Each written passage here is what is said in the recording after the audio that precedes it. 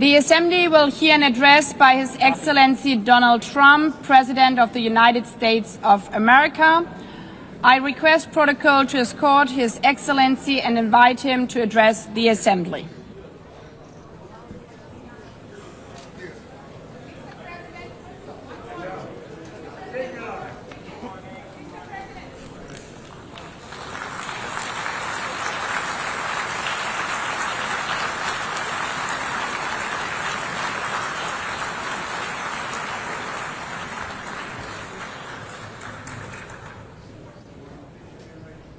Thank you very much.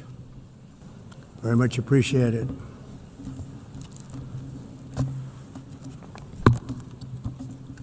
And I don't mind making this speech without a teleprompter, because the teleprompter is not working. I feel very happy to be up here with you nevertheless, and that way you speak more from the heart. I can only say that whoever's operating this teleprompter is in big trouble.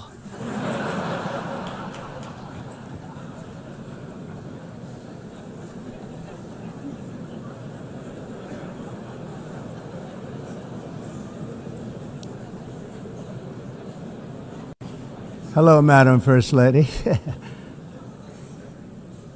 Thank you very much for being here. And Madam President, Mr. Secretary General, First Lady of the United States, distinguished delegates, ambassadors, and world leaders. 6 years have passed since I last stood in this grand hall and addressed a world that was prosperous and at peace in my first term. Since that day, the guns of war have shattered the peace I forged on 2 continents.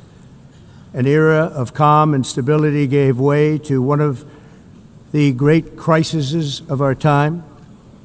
And here in the United States, 4 years of weakness, lawlessness, and radicalism under the last administration delivered our nation into a repeated set of disasters. 1 year ago, our country was in deep trouble, but today, just 8 months into my administration, we are the hottest country anywhere in the world, and there is no other country even close. America is blessed with the strongest economy, the strongest borders, the strongest military, the strongest friendships, and the strongest spirit of any nation on the face of the earth. This is indeed the golden age of America. We are rapidly reversing the economic calamity we inherited from the previous administration, including ruinous price increases and record-setting inflation like we've never had before. Under my leadership, energy costs are down, gasoline prices are down, grocery prices are down, mortgage rates are down, and inflation has been defeated. The only thing that's up is the stock market, which just hit a record high. In fact, it hit a record high 48 times in the last short period of time. Growth is surging, manufacturing is booming. The stock market, as I said, is doing better than it's ever done. And all of you in this room benefit by that, almost everybody. And importantly, workers' wages are rising at the fastest pace in more than 60 years. And that's what it's all about, isn't it? In 4 years of President Biden, we had less than $1 trillion of new investment into the United States. In just 8 months since I took office, we have secured commitments and money already paid for $17 trillion. Think of it, 4 years, less than $1 trillion, 8 months, much more than $17 trillion is being invested in the United States. And it's now pouring in from all parts of the world. We've implemented the largest tax cuts in American history and the largest regulation cuts in American history, making this once and again the best country on earth to do business. And many of the people in this room are investing in America, and it's turned out to be an awfully good investment during this 8-month period. In my first term, I built the greatest economy in the history of the world. We had the best economy ever, history of the world. And I'm doing the same thing again, but this time it's actually much bigger and even better. The numbers far surpass my record-setting first term. On our southern border, we have successfully repelled a colossal invasion. And for the last 4 months, and that's 4 months in a row, the number of illegal aliens admitted and entering our country has been 0. Hard to believe, because if you look back just a year ago, it was millions and millions of people pouring in from all over the world, from prisons, from mental institutions, drug dealers. All over the world they came. They just poured into our country with the ridiculous open border policy of the Biden administration. Our message is very simple. If you come illegally into the United States, you're going to jail, or you're going back to where you came from, or perhaps even further than that. You know what that means. I want to thank the country of El Salvador for the successful and professional job they've done in receiving and jailing so many criminals that entered our country. And it was under the previous administration that the number became record-setting, and they're all being taken out. We have no choice. And other countries have no choice, because other countries are in the exact same situation with immigration. It's destroying your country, and you have to do something about it. On the world stage, America is respected again like it has never been respected before. You think about 2 years ago, 3 years ago, 4 years ago, or 1 year ago, we were a laughingstock all over the world. At the NATO summit in June, virtually all NATO members formally committed to increase defense spending at my request from 2% to 5% of GDP, making our alliance far stronger and more powerful than it was ever before. In May, I traveled to the Middle East to visit my friends and rebuild our partnerships in the Gulf and those valued relationships with Saudi Arabia, Qatar, and the UAE, and other countries are now, I believe, closer than ever before. My administration has negotiated one historic trade deal after another, including with the United Kingdom, the European Union, Japan, South Korea, Vietnam, Indonesia, the Philippines, Malaysia, and many, many others. Likewise, in a period of just 7 months, I have ended 7 unendable wars. They said they were unendable. You're never going to get them solved. Some were going for 31 years, 2 of them, 31, think of it, 31 years. One was 36 years. One was 28 years. I ended 7 wars. And in all cases, they were raging with countless thousands of people being killed. This includes Cambodia and Thailand, Kosovo and Serbia, the Congo and Rwanda, a vicious, violent war that was, Pakistan and India, Israel and Iran, Egypt and Ethiopia, and Armenia and Azerbaijan. It included all of them. No president or prime minister, and for that matter, no other country has ever done anything close to that. And I did it in just 7 months. It's never happened before. There's never been anything like that. I'm very honored to have done it. It's too bad that I had to do these things instead of the United Nations doing them. And sadly, in all cases, the United Nations did not even try to help in any of them.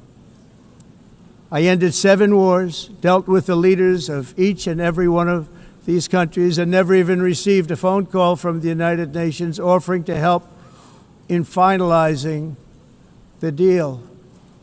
All I got from the United Nations was an escalator that on the way up stopped right in the middle.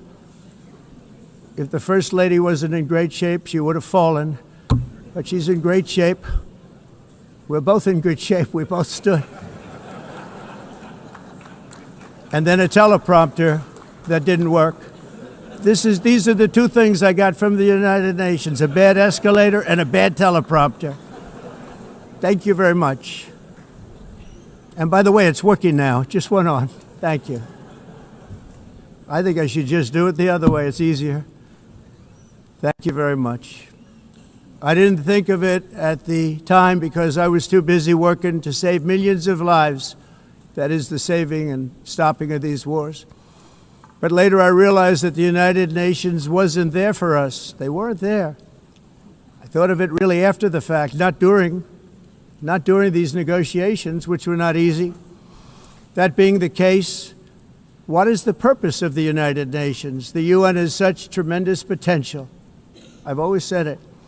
It has such tremendous, tremendous potential, but it's not even coming close to living up to that potential. For the most part, at least for now, all they seem to do is write a really strongly worded letter and then never follow that letter up. It's empty words, and empty words don't solve war. The only thing that solves war and wars is action.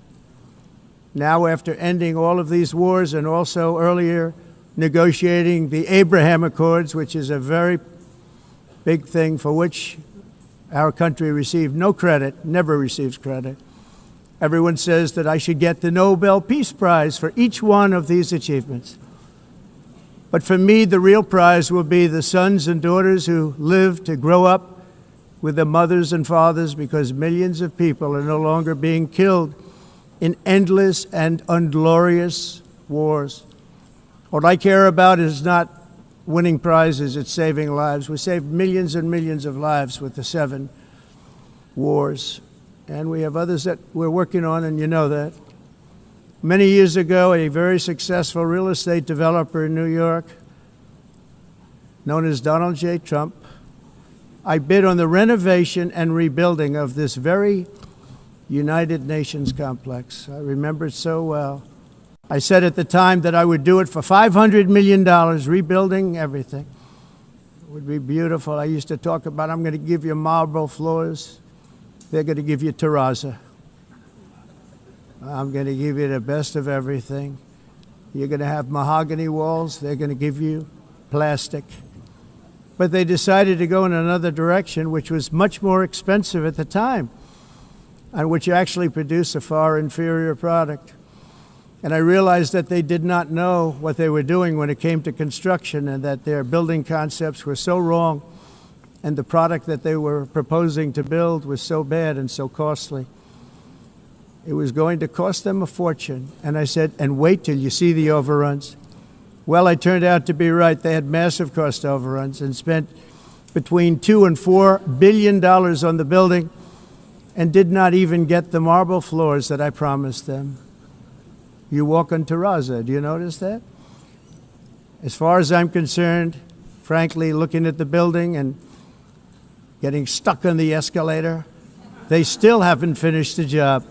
They still haven't finished. That was years ago. The project was so corrupt that Congress actually asked me to testify before them on the tremendous waste of money, because it turned out that they had no idea what it was, but they knew it was anywhere between $2 and $4 billion as opposed to $500 million with a guarantee. But they had no idea, and I said it cost much more than $5 billion. Unfortunately, many things in the United Nations are happening just like that, but on an even much bigger scale, much, much bigger. Very sad to see. Whether the UN can manage to play a productive role, I've come here today to offer the hand of American leadership and friendship to any nation in this assembly that is willing to join us in forging a safer, more prosperous world. And it's a world that we'll be much happier with. A dramatically better future is within our reach. But to get there, we must reject the failed approaches of the past and work together to confront some of the greatest threats in history. There is no more serious danger to our planet today than the most powerful and destructive weapons ever devised by man, of which the United States, as you know, has many. Just as I did in my first term, I've made containing these threats a top priority, starting with the nation of Iran. My position is very simple. The world's #1 sponsor of terror can never be allowed to possess the most dangerous weapon. That's why shortly after taking office, I sent the so-called Supreme Leader a letter making a generous offer. I extended a pledge of full cooperation in exchange for a suspension of Iran's nuclear program. The regime's answer was to continue their constant threats to their neighbors and U.S. interests throughout the region and some great countries that are right nearby. Today, many of Iran's former military commanders, in fact, I can say almost all of them, are no longer with us. They're dead. And 3 months ago, in Operation Midnight Hammer, 7 American B-2 bombers dropped the 14 30,000-pound each bombs on Iran's key nuclear facilities, totally obliterating everything. No other country on earth could have done what we did. No other country has the equipment to do what we did. We have the greatest weapons on earth. We hate to use them. But we did something that for 22 years people wanted to do. With Iran's nuclear enrichment capacity demolished, I immediately brokered an end to the 12-day war, as it's called, between Israel and Iran, with both sides agreeing to fight no longer. As everyone knows, I have also been deeply engaged in seeking a ceasefire in Gaza. Have to get that done. Have to get it done. Unfortunately, Hamas has repeatedly rejected reasonable offers to make peace. We can't forget October 7th, can we? Now, as if to encourage continued conflict, some of this body is seeking to unilaterally recognize a Palestinian state. The rewards would be too great for Hamas terrorists for their atrocities. This would be a reward for these horrible atrocities, including October 7th, even while they refuse to release the hostages or accept a ceasefire. Instead of giving to Hamas and giving so much, because they've taken so much, they have taken so much. This could have been solved so long ago. But instead of giving in to Hamas's ransom demands, those who want peace should be united with one message: release the hostages now. Just release the hostages now. Thank you.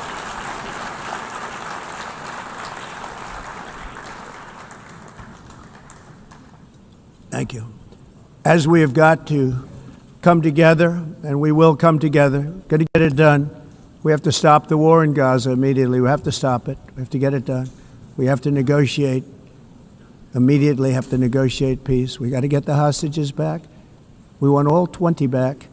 We don't want 2 and 4. As you know, I got, along with Steve Witkoff and others that helped us, Marco Rubio, we got most of them back. We were involved in all of them. But I always said the last 20 are going to be the hardest, and that's exactly what happened. We have to get them back now. We don't want to get back 2, and then another 2, and then 1, and then 3. Have this process. No, we want them all back, and we want the actually 38 dead bodies back too. Those parents came to me, and they want them back, and they want them back very quickly and very badly, as though they were alive. They want them. They want them every bit as much as if their son or daughter were alive. I've also been working relentlessly, stopping the killing in Ukraine.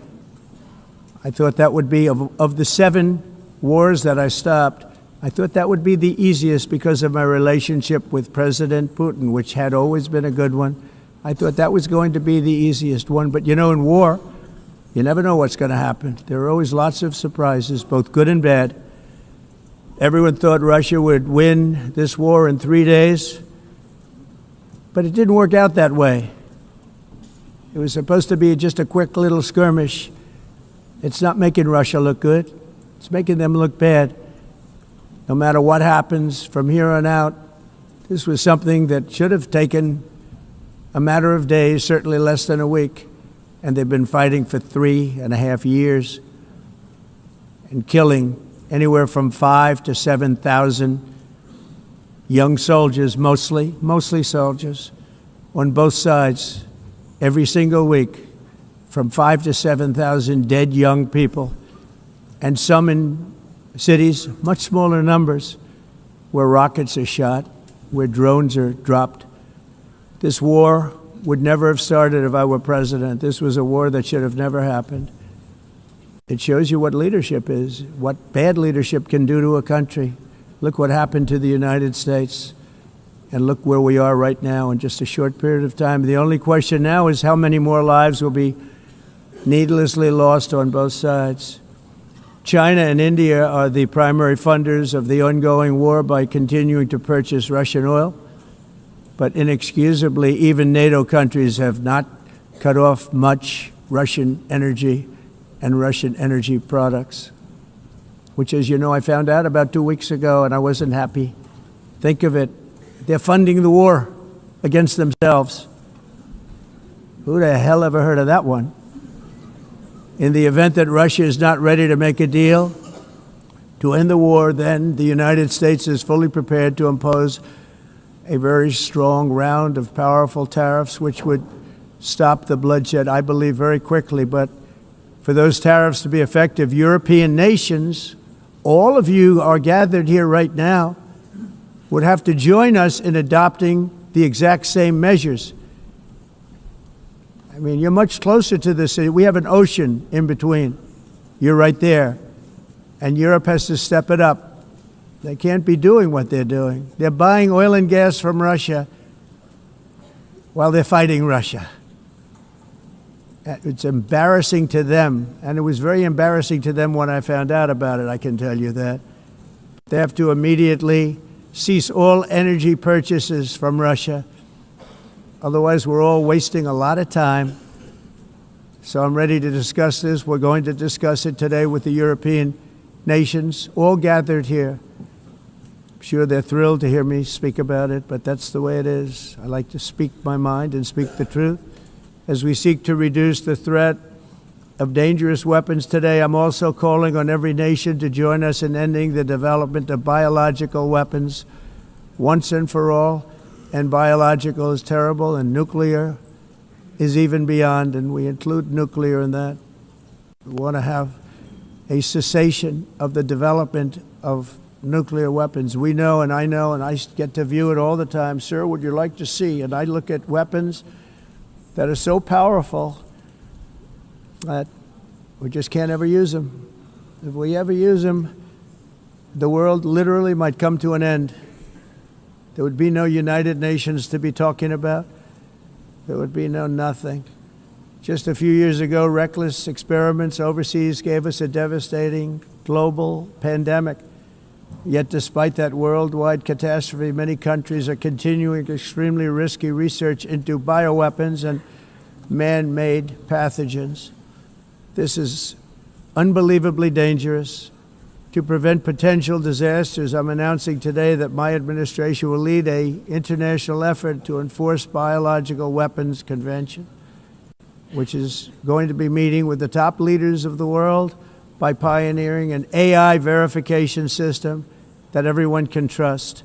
Hopefully the UN can play a constructive role, and it will also be one of the early projects under AI. Let's see how good it is, because a lot of people are saying it could be one of the great things ever, but it also can be dangerous, but it can be put to tremendous use and tremendous good, and this would be an example of that.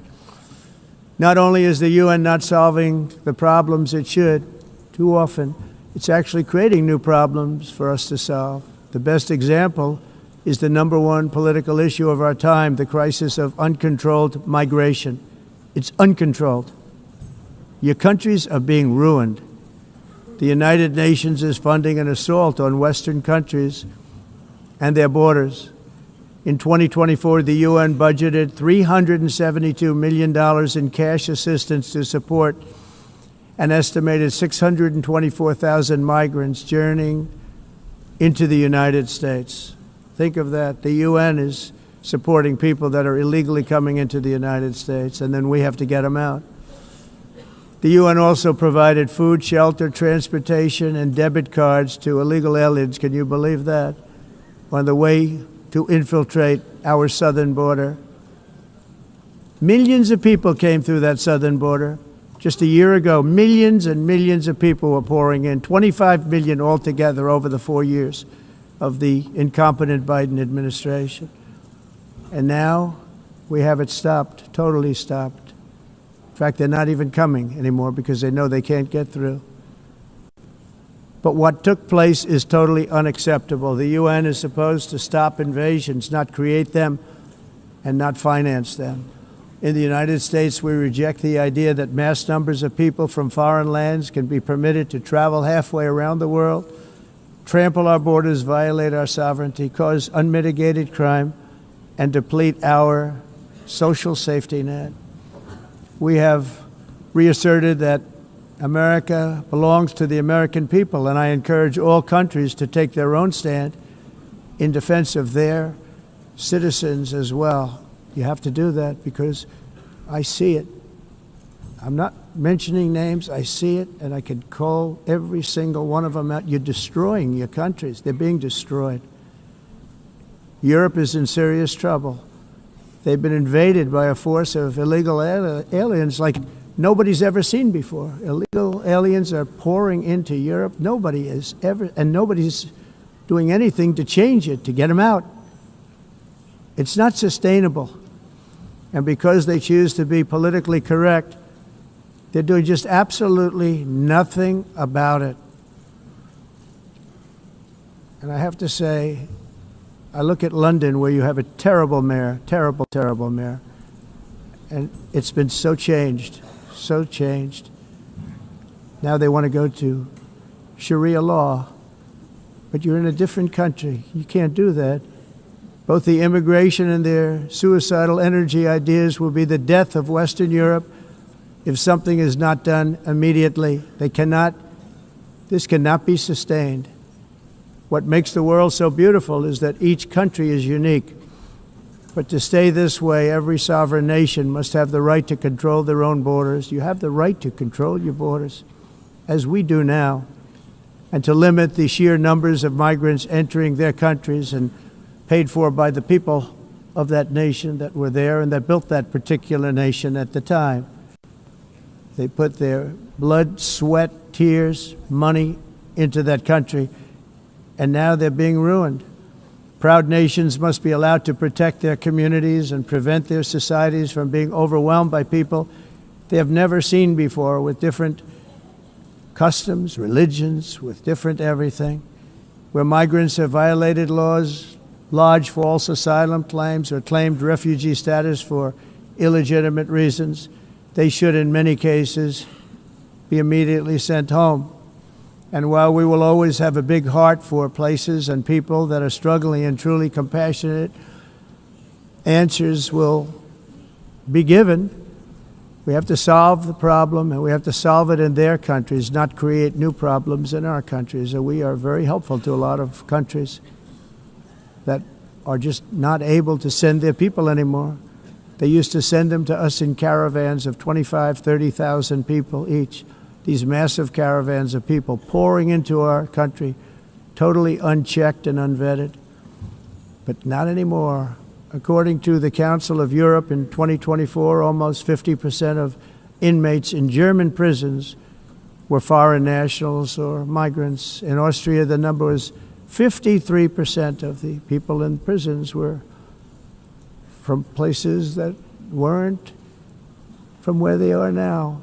In Greece, the number was 54%, and in Switzerland, beautiful Switzerland, 72% of the people in prisons are from outside of Switzerland. When your prisons are filled with so-called asylum seekers who repaid kindness, and that's what they did, they repaid kindness with crime. It's time to end the failed experiment of open borders. You have to end it now. See, I can tell you. I'm really good at this stuff. Your countries are going to hell. In America, we've taken bold action to swiftly shut down uncontrolled migration. Once we started detaining and deporting everyone who crossed the border, and removing illegal aliens from the United States, they simply stopped coming. They're not coming anymore. We're getting a lot of credit, but they're not coming anymore.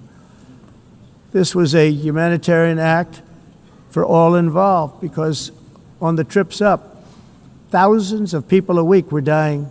Women were being raped. Nobody's ever seen anything like it. Raped, horribly beaten, raped. On the trip up, the journey up, it was a long walk. It was a long, arduous journey, indeed. And it was also a historic victory against human trafficking throughout the region. What we did was a victory, and we saved so many lives of people that wouldn't make the journey. That journey was loaded up with death. Loaded up with death.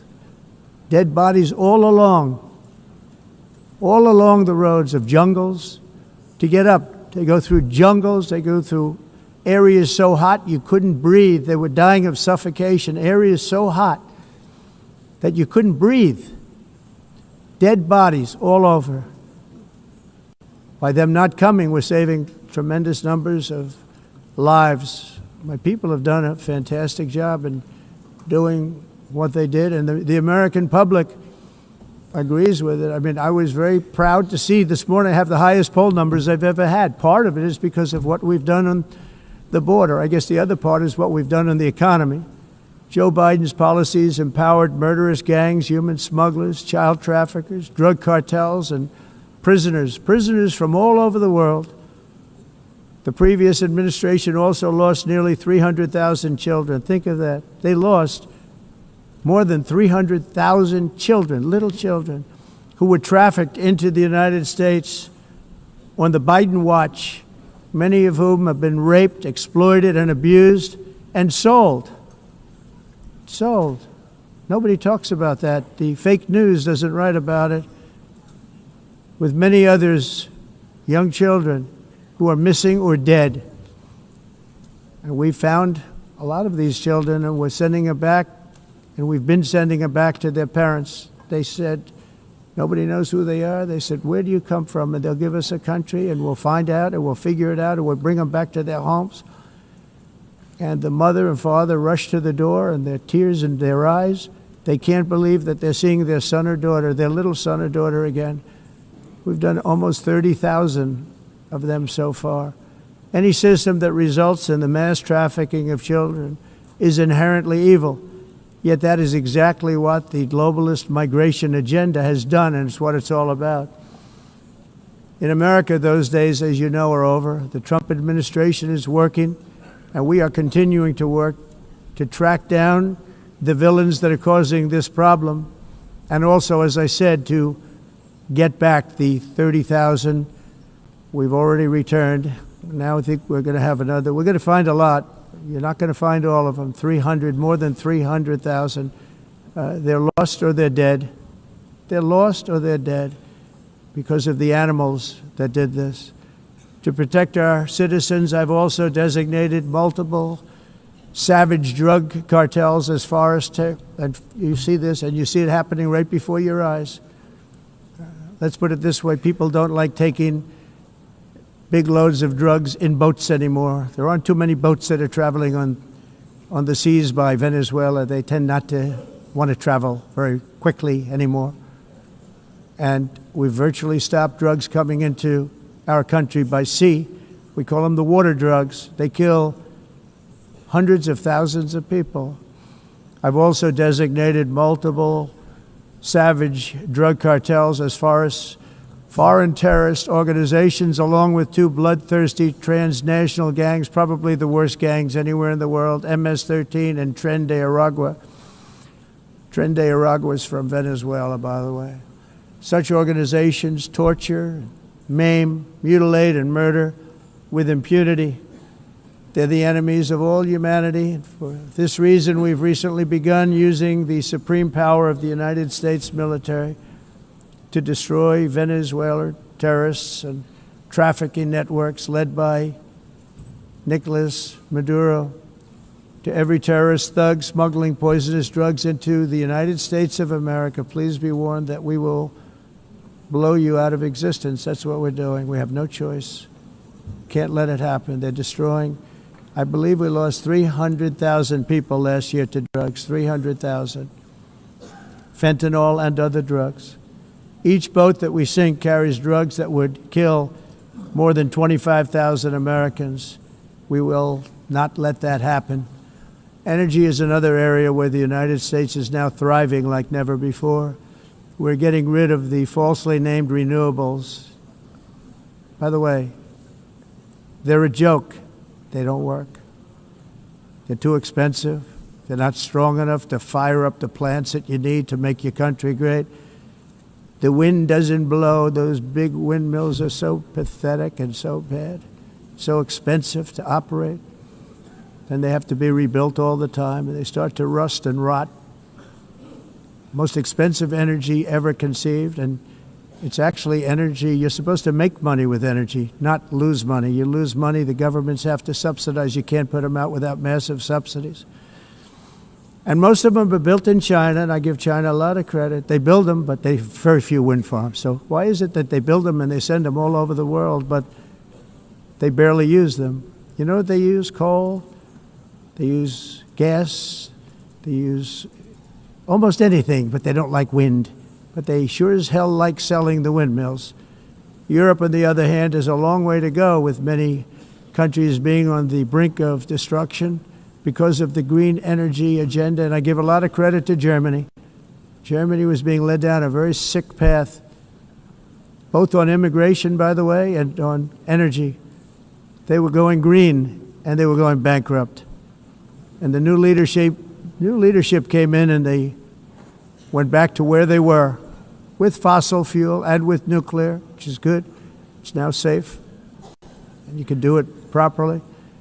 But they went back to where they were, and they opened up a lot of different plants, energy-producing plants, and they're doing well. I give Germany a lot of credit for that. They've said this is a disaster, what's happening.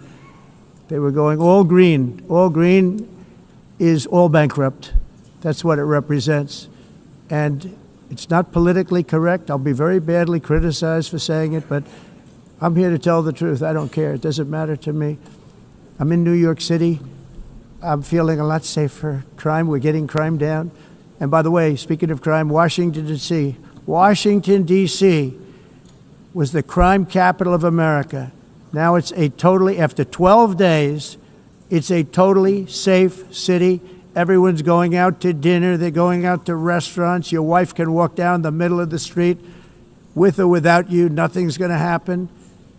My people have done a fantastic job. And yes, I called in the National Guard, and the National Guard took care of business. And they weren't politically correct, but they took care of business. We got 1,700 career criminals out, brought them back to where they came from, the countries where they came from, or put them in jails.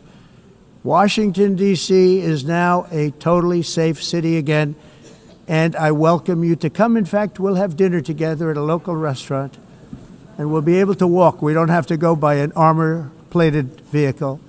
We'll walk right over there from the White House. They've given up their powerful edge, a lot of the countries that we're talking about, in oil and gas, such as essentially closing the great North Sea oil. Oh, the North Sea, I know it so well. Aberdeen was the oil capital of Europe, and there's tremendous oil that hasn't been found in the North Sea. Tremendous oil. And I was with the Prime Minister I respect and like a lot, and I said, you're sitting with the greatest asset. They essentially closed it by making it so highly taxed that no developer, no oil company can go there. They have tremendous oil left, and more importantly, they have tremendous oil that hasn't even been found yet. And what a tremendous asset for the United Kingdom. And I hope the Prime Minister is listening, because I told it to him 3 days in a row. That's all he heard. North Sea oil, North Sea, because I want to see them do well. I want to stop seeing them ruining that beautiful Scottish and English countryside with windmills and massive solar panels that go 7 miles by 7 miles, taking away farmland. But we're not letting this happen in America. In 1982, the executive director of the United Nations Environmental Program predicted that by the year 2000, climate change would cause a global catastrophe. He said that it will be irreversible, as any nuclear holocaust would be. This is what they said at the United Nations. What happened? Here we are. Another UN official stated in 1989 that within a decade, entire nations could be wiped off the map by global warming. Not happening. You know, it used to be global cooling. If you look back years ago in the 1920s and the 1930s, they said, global cooling will kill the world. We have to do something. Then they said global warming will kill the world. But then it started getting cooler. So now they could just call it climate change, because that way they can't miss. It's climate change. Because if it goes higher or lower, whatever the hell happens, there's climate change. It's the greatest con job ever perpetrated on the world, in my opinion. Climate change, no matter what happens, you're involved in that. No more global warming, no more global cooling. All of these predictions made by the United Nations and many others, often for bad reasons, were wrong. They were made by stupid people that have cost their countries fortunes and given those same countries no chance for success. If you don't get away from this green scam, your country is going to fail. And I'm really good at predicting things, you know. They actually said during the campaign they had a hat, the best-selling hat. Trump was right about everything. And I don't say that in a braggadocious way, but it's true. I've been right about everything. And I'm telling you that if you don't get away from the green energy scam, your country is going to fail. And if you don't stop people that you've never seen before, that you have nothing in common with, your country is going to fail.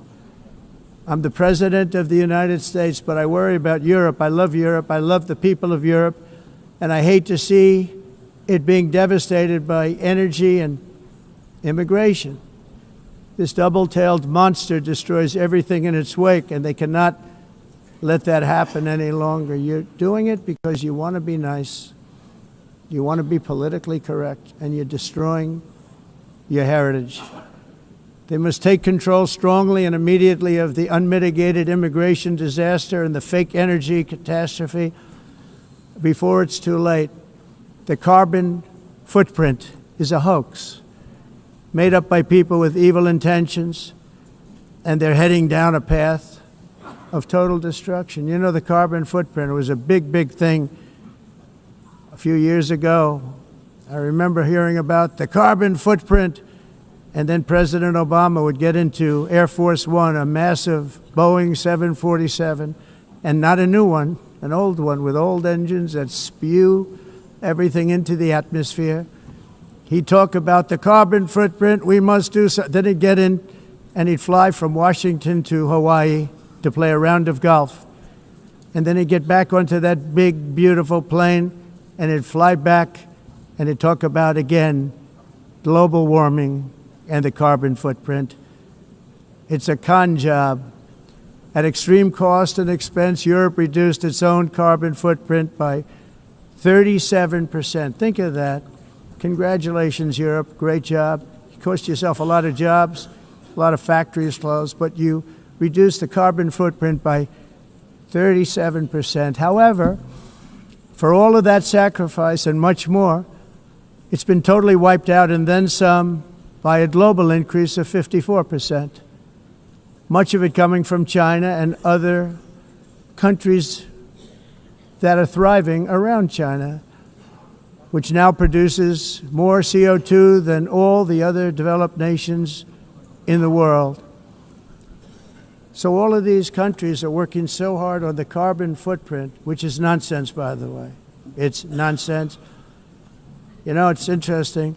In the United States, we have still radicalized environmentalists, and they want the factories to stop. Everything should stop. No more cows. We don't want cows anymore. I guess they want to kill all the cows. They want to do things that are just unbelievable, and you have it too.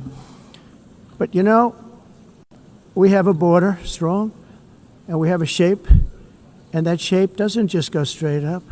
That shape is amorphous when it comes to the atmosphere. And if we had the most clean air, and I think we do, we have very clean air. We have the cleanest air we've had in many, many years. But the problem is that other countries, like China, which has air that's a little bit rough, it blows. And no matter what you're doing down here, the air up here tends to get very dirty because it comes in from other countries where their air isn't so clean. And the environmentalists refuse to acknowledge that. Same thing with garbage. In Asia, they dump much of their garbage right into the ocean.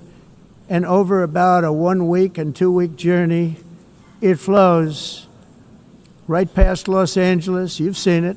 Massive amounts of garbage, almost too much to do anything about, flowing past Los Angeles, past San Francisco, and then somebody will get in trouble because he dropped a cigarette on the beach.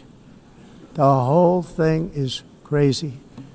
The primary effect of these brutal green energy policies has not been to help the environment, but to redistribute manufacturing and industrial activity from developed countries that follow the insane rules that are put down to polluting countries that break the rules and are making a fortune. They're making a fortune. European electricity bills are now 4 to 5 times more expensive than those in China, and 2 to 3 times higher than the United States. And our bills are coming way down. You probably see that our gasoline prices are way down. You know, we have an expression, drill, baby, drill, and that's what we're doing. We're going to be much lower in a year from now. But they've come way down over the last year. As a result, every air conditioner is like very uncommon to see one in some of these countries because the electric costs are so high. So while the U.S. has approximately 1,300 heat-related deaths annually, it's a lot, Europe loses more than 175,000 people to heat deaths each year because the costs are so expensive you can't turn on an air conditioner. What is that all about? That's not Europe. That's not the Europe that I love and know. All in the name of pretending to stop the global warming hoax. The entire globalist concept of asking successful industrialized nations to inflict pain on themselves and radically disrupt their entire societies must be rejected completely and totally, and it must be immediate. That's why in America I withdrew from the fake Paris Climate Accord, where, by the way, America was paying so much more than every country. Others weren't paying. China didn't have to pay until 2030.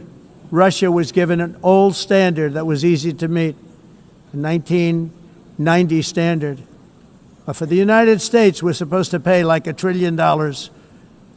And I said, this is another scam. The fact is, the United States has been taken advantage of by the world for many, many years, but not any longer, as you probably noticed. I unleashed massive energy production and signed historic executive orders to hunt for oil, but we don't have to do much hunting because we have the most oil of any nation anywhere, oil and gas in the world. And if you add coal, we have the most of any nation in the world. Clean, I call it clean, beautiful coal. You can do things today with coal that you couldn't have done 10 years ago, 15 years. So I have a little standing order in the White House. Never use the word coal, only use the words clean, beautiful coal. Sounds much better, doesn't it? But we stand ready to provide any country with abundant, affordable energy supplies if you need them, when most of you do. We're proudly exporting energy all over the world. We're now the largest exporter. In the United States, we want trade and robust commerce with all nations, everybody. We want to help nations. We're going to help nations. But it must also be fair and reciprocal. The challenge with trade is much the same with climate. The countries that followed the rules, all their factories have been plundered. It's really sad to watch. They've been broken. They've been broken by countries that broke the rules. That's why the United States is now applying tariffs to other countries, and much as these tariffs were for many years applied to us, uncontrollably applied to us. We've used tariffs as a defense mechanism under the Trump administration, including my first term, where hundreds of billions of dollars in tariffs were taken in. And by the way, we had the lowest inflation, and now we have very low inflation. The only thing different is that we have hundreds of billions of dollars flowing into our country. But this is how we will ensure that the system works for everyone, and is sustainable into the future. We're also using tariffs to defend our sovereignty and security throughout the world, including against nations that have taken advantage of former U.S. administrations for decades, including the most corrupt, incompetent administration in history, the sleepy Joe Biden administration. Brazil now faces major tariffs in response to its unprecedented efforts to interfere in the rights and freedoms of our American citizens and others, with censorship, repression, weaponization, judicial corruption, and targeting of political critics in the United States. I have a little problem saying this because I must tell you, I was walking in and the leader of Brazil was walking out. We saw him and I saw him, he saw me, and we embraced. And then I'm saying, can you believe I'm going to be saying this in just 2 minutes? But we actually agreed that we would meet next week. We didn't have much time to talk, like about 20 seconds. They were in retrospect, I'm glad I waited because this thing didn't work out too well. But we did talk, we had a good talk, and we agreed to meet next week, if that's of interest. But he seemed like a very nice man, actually. He liked me, I liked him. But if you, and I only do business with people I like. When I don't like them, I don't like them. But we had, at least for about 39 seconds, we had excellent chemistry. It's a good sign. But also in the past, Brazil, can you believe this, unfairly tariffed our nation, but now because of our tariffs, we are hitting them back, and we're hitting them back very hard. As president, I will always defend our national sovereignty and the rights of American citizens. So I'm very sorry to say this, that Brazil is doing poorly and will continue to do poorly. They can only do well when they're working with us. Without us, they will fail, just as others have failed. It's true. Next year, the United States will celebrate the 250th anniversary of our glorious independence, a testament to enduring power and American freedom and spirit. We will also be proudly hosting the 2026 FIFA World Cup, and shortly thereafter, the 2028 Olympics, which is going to be very exciting. I hope you all come. I hope that countless people from all over the globe will take part of these will be great celebrations of liberty and human achievement, and that together we all can rejoice in the miracles of history that began in July 4th, 1776, when we founded the light to all nations. And it's something really that an amazing thing came out of that date. It's called the United States of America. In honor of this momentous anniversary, I hope that all countries who find inspiration in our example will join us in renewing our commitment, values, and those values really that we hold so dear together. Let us defend free speech and free expression. Let us protect religious liberty, including for the most persecuted religion on the planet today. It's called Christianity. And let us safeguard our sovereignty and cherish qualities that have made each of our nations so special, incredible, and extraordinary. In closing, I just want to repeat that immigration and the high cost of so-called green renewable energy is destroying a large part of the free world and a large part of our planet. Countries that cherish freedom are fading fast because of their policies on these two subjects. You need strong borders and traditional energy sources if you are going to be great again.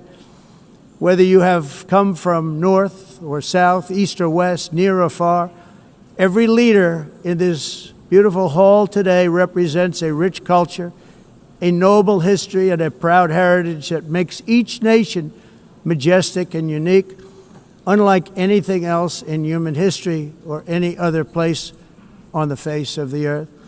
From London to Lima, from Rome to Athens, from Paris to Seoul, from Cairo to Tokyo and Amsterdam to right here in New York City, we stand on the shoulders of the leaders and legends, generals and giants, heroes and titans who won and built our beloved nations, all of our nations, with their own courage, strength, spirit, and skill. Our ancestors climbed mountains, conquered oceans, crossed deserts, and trekked over wide open plains. They charged into thunderous battles, plunged into grave dangers, and they were soldiers and farmers and workers and warriors and explorers and patriots. They built towns into cities, tribes into kingdoms, ideas into industries, and small islands into mighty empires. You're a part of all of that. They were champions for their people who never gave up and who never, ever gave in. Their values defined our national identities. Their visions forged our magnificent destiny. Everybody in this room is a part of it in your own way. Each of us inherits the deeds and the myths, the triumphs, the legacies of our own heroes and founders who so bravely showed us the way. Our ancestors gave everything for homelands that they defended with pride, with sweat, with blood, with life, and with death. Now the righteous task of protecting the nations that they built belongs to each and every one of us. So together let us uphold our sacred duty to our people and to our citizens. Let us protect their borders, ensure their safety, preserve their cultures, treasure, and traditions, and fight, fight, fight for their precious dreams and their cherished freedoms. And in friendship and really a beautiful vision, let us all work together to build a bright, beautiful planet, a planet that we all share, a planet of peace and a world that is richer, better, and more beautiful than ever before. That can happen. It will happen. It will happen, and I hope it can happen and start right now, right at this moment. We'll turn it around. We're going to make our countries better, safer, more beautiful. We're going to take care of our people. Thank you very much. It's been an honor. God bless the nations of the world. Thank you very much. Bye.